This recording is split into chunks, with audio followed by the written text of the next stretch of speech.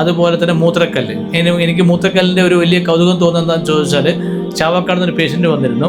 അവരവസ്ഥ എന്താണെന്ന് ചോദിച്ചാൽ, അവർ ഡോക്ടർ പറഞ്ഞാണ്, നിങ്ങളെ മൂത്രനാളിയുടെ വലിപ്പം എത്രയോ മില്ലിമീറ്ററാണ്, അതിനെക്കാട്ടി വലിയ കല്ലാണ് ഉള്ളത്, അതിന് പടച്ചോൻ വിചാരിച്ചാൽ പോലും അത് പുറത്തേക്ക് വരില്ല, സർജറി ചെയ്യണം ഡോക്ടർ പറഞ്ഞത്. പക്ഷേ അയാളുടെ ഒരു ബന്ധു നമ്മളെ പരിചയമുള്ള ആളായതുകൊണ്ട് ഒന്നിവിടെ സർജറി ചെയ്യുന്ന പോയി നോക്കും, നമ്മളെ ചികിത്സിക്കാൻ വന്നു. നമ്മൾ ചികിത്സയുടെ ആ കല്ല് പുറത്തേക്ക് പോകും.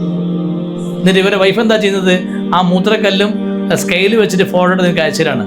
ഞാൻ സ്കെയിലൊക്കെ വെച്ച് അയച്ചിരുന്നത് ഒരു പുതിയ അനുഭവം. കല്ല് പുറത്തു വന്ന കല്ലാണ്, അത് സ്കെയിൽ വെച്ച് അയച്ചു തന്നിരിക്കുകയാണ്. ഞാൻ ചെന്നിട്ട് സ്കെയിലൊക്കെ വെച്ച് അയച്ചത് അല്ല, ഇതിൻ്റെ വലിപ്പം എത്ര വലിപ്പം ഉണ്ടെന്നുള്ളതും ഇത്ര അഥവാ മൂത്രനാളിക്ക് വലിപ്പം വളരെ ചെറുതാണെന്നുള്ളതും ഒരു കാരണവശാലും ആ കല്ല് അതിലെ പുറത്തേക്ക് പോരില്ല എന്നുള്ളതും അത് സർജറി അല്ലാതെ പടച്ചോൻ വിചാരിച്ചാൽ പോലും പുറത്തേക്ക് വരില്ല ഡോക്ടർ പറഞ്ഞാണ് അത്ര. അത് പുറത്തേക്ക് വന്നത് കൗതുകത്തിൽ ഫോട്ടോ എടുത്ത് അയച്ചാന്ന് പറഞ്ഞവർ. നിങ്ങൾ മനസ്സിലാക്കേണ്ടത്, മൂത്രം കല്ല് പിന്നെയും ഉണ്ടാകാനുള്ള സാധ്യത ചിലർക്കൊക്കെ ഉണ്ട്. ഇത് കൃത്യമായി ചികിത്സിച്ച് മാറുന്നൊരു കാര്യമാണ്. കല്ല് കാൽക്കലി അഥവാ കല്ല് ഉണ്ടാക്കുന്ന പ്രോസസ്സ് പല ശരീരത്തിലുണ്ട്. എനിക്കൊരു അനുഭവം എന്താണെന്ന് ചോദിച്ചാൽ, എൻ്റെ ഒരു പേഷ്യൻറ്റ്, അവരുടെ മൂത്രക്കല്ല് ഭയങ്കര കൗതുകമായിരുന്നു.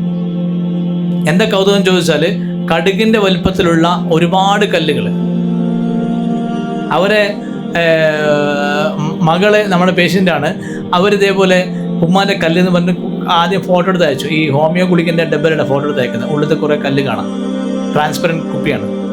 പലപ്പോഴും യൂറിൽ ഇങ്ങനെ കല്ല് പുറത്തേക്ക് വന്നിട്ട്, അപ്പോൾ അങ്ങനെയും കല്ലുകളുണ്ട്. കൃത്യമായി ചികിത്സ ചെയ്ത ഈ കല്ലുകൾ മുഴുവൻ പുറത്തേക്ക് വരുന്നുണ്ട്. ഓക്കെ, അപ്പം മരുന്നില്ലാതെ തന്നെ അക്യുപഞ്ചർ ചികിത്സ സുഖപ്പെടുന്നുണ്ട് എന്ന ഒരു കാര്യം.